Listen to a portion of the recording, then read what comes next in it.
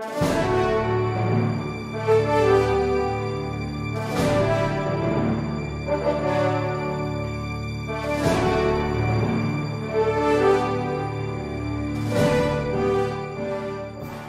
balance nung account na yun ay 2,100,000. Pero ngayon, after 2010, zero balance na.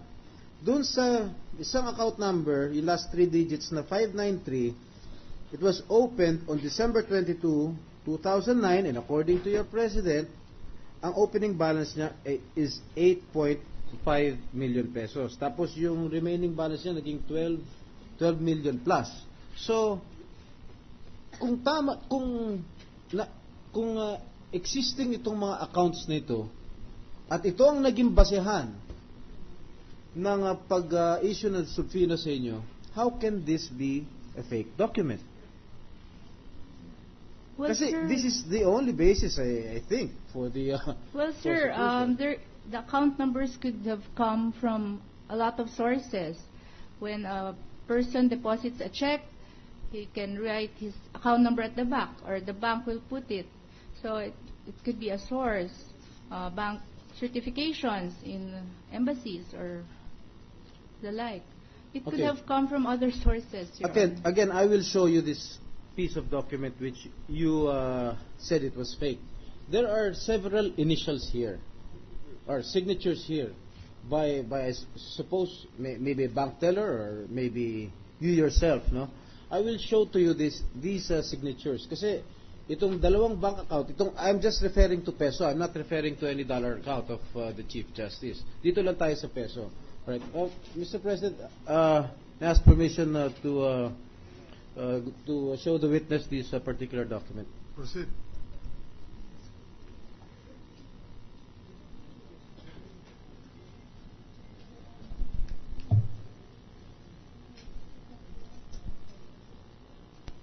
Mr. President, may I be allowed to address this court, Your Honor? Proceed. Sir, may I approach the witness so that I can also see the document being shown to our witness? You may.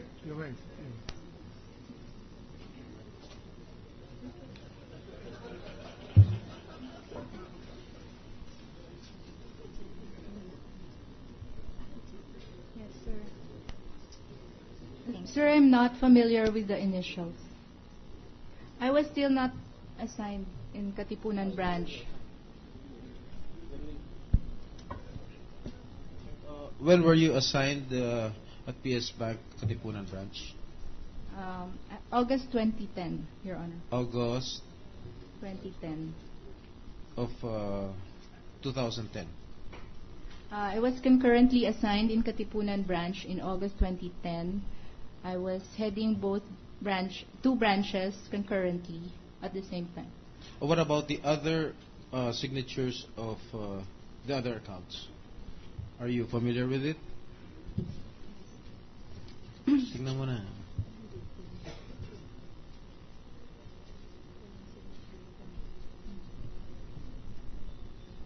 No, sir. It is not your signature. No, sir, it is It not is my not the signature of your tellers or... No, thank you. Thank you, Mr. President.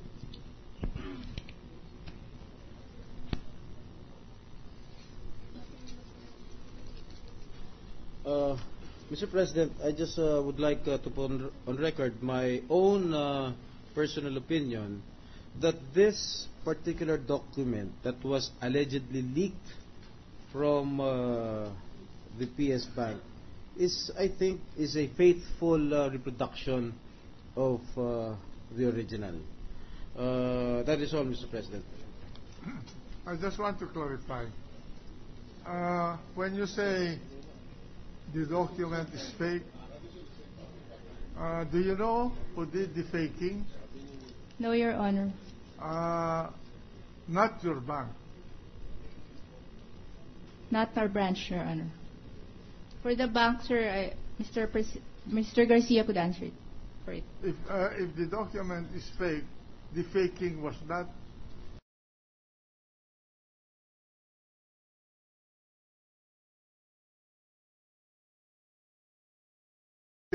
by the Katipunan branch of PS Philippine Savings Bank. Yes, I'm only speaking for my branch, Your Honor. Precisely. Yes. Not Katipunan branch. Katipunan branch, yes. Yeah, all right. Mr. President, Senator Osmeña has agreed to allow Senator Drilon to ask a question first before he does. And Senator also Drilon has Senator Lacson the floor. before he does. And then afterwards, Senator Lingona wants the floor. Just a few questions on this particular document brought out by Senator Estrada. Madam Witness, you mentioned that this was shown to you by the bank president, Yes, Your Honor. and you compared it with a document on file with the Yeah. bank, Yes, Your Honor. and you say there were differences between what was shown to you and what is in the bank record. Yes, Your Honor. What were these differences? There are differences, Your Honor. What were these differences? I did not note down their differences, but there were differences. It's spurious. Can we ask the witness to answer what differences? Because you said there were differences. You were the one who made the statement. You may, just a minute. Witness, answer the question if you know the answer. Your Honor, I did not note the differences. I did not list them down, so I cannot recall, but there were differences. The documents are the original documents, and the photocopies that you gave me had differences. They were not the same. Is it possible that the difference is because of additional entries?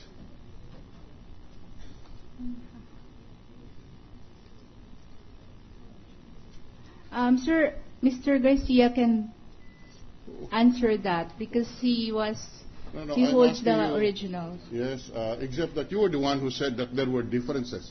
So I'm asking you, could the difference be that there were additional entries not reflected in the Annex A that was submitted as part of the request for subpoena?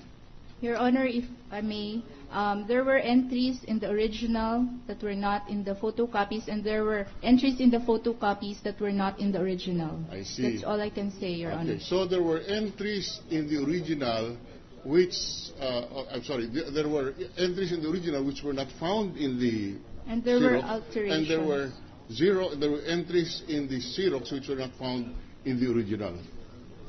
There that were correct? alterations as well. Your Honor. Where was the alteration? I could not recall, Your Honor. You could not recall. It's not with me, so I need Yeah. to be.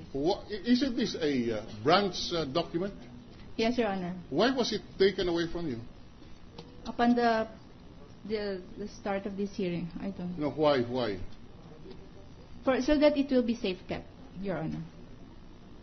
Probably. It was ordered by Why? our president. I see. Why, is your branch not safe? It's safe, Your Honor. It's safe.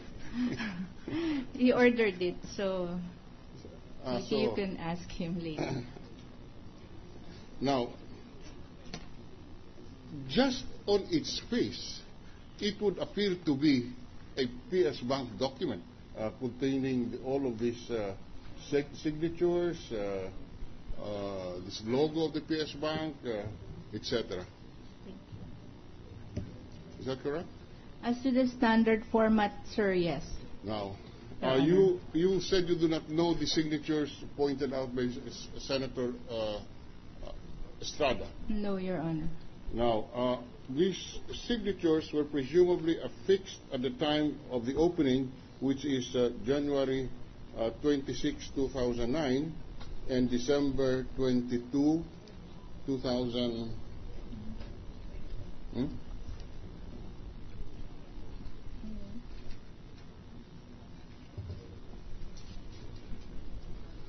2000, December 22, 2009. Madam Witness, you said you were not familiar with the signatures here. Yes, Your Honor. Who is the bank officers on or about January 26, 2009 and December 22, 2009, who were authorized to open accounts in your bank, in your branch, on these particular days?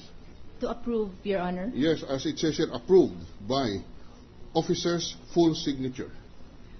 The officers in the branch are the branch manager and the branch service and control officers, Your Honor. Who was At the- that time, we will